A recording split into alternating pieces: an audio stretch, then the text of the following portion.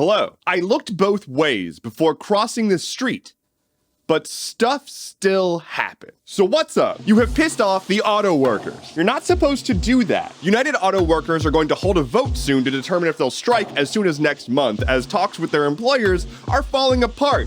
Big shocker. 150,000 represented union members might go on strike because the big three automakers that they work with are pieces of shit and not paying them well enough. Here is a quote from Sean Fain, leader of the United Auto Workers Union. Quote, "We're done taking their crap and the scraps they want to feed us." Yo? Hello, United Auto Workers. It's me, Indictment. Yo? Notably, if they go on strike, the union's gonna be able to take care of their own, so they're fine to do it. It's just on the auto workers to decide if they want to pay their workers equitably. Deep breath. Whew. Trump has been indicted again.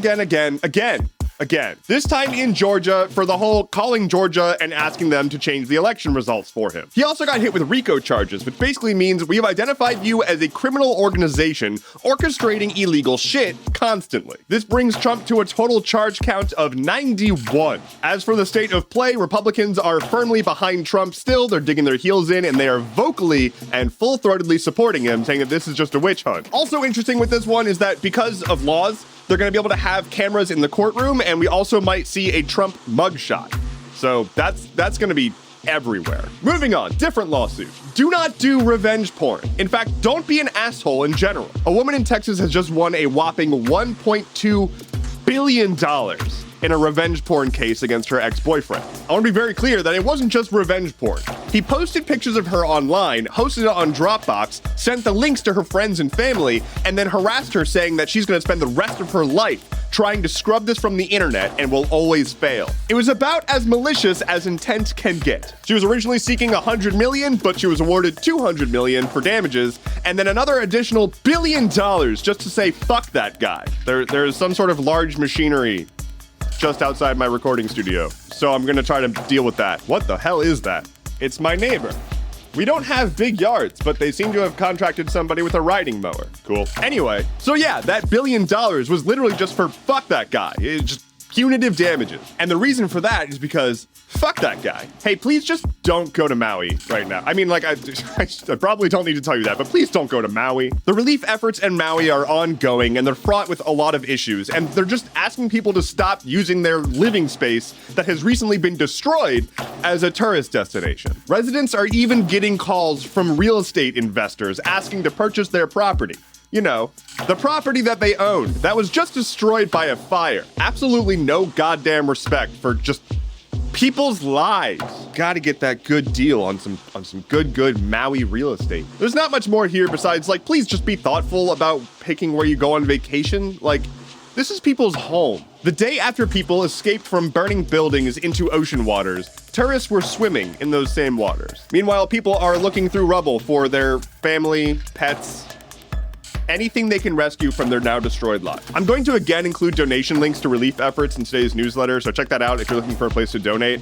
Otherwise, just be a good person. I don't know. Lots of lawsuits today, but good news for the lawsuits. Because here's an update. I talked about this a while back, but there's a group of young people who are suing Montana because the state constitution ensures them a safe and healthy environment. And then the state climate change happened. The state was not considering the safety and health of the environment when handing out permits for energy projects. And so the kids are suing them, saying, hey, I would like to be able to have a future. And just recently, a judge sided with them. So they got their first court victory. This is not the end of the road. It's going to be challenged. They're going up against energy projects and fossil fuels, so it's going to be a wild ride, but it worked. A bunch of youngins got together and sued the state for fucking up the environment, and it didn't immediately get thrown out. That's kind of cool. On this day in 1858, the first transatlantic telegraph message was sent. US President James Buchanan and Queen Victoria exchanged a "what up" over a giant transatlantic cable that had just opened up for business. It took 4 years to create the cable,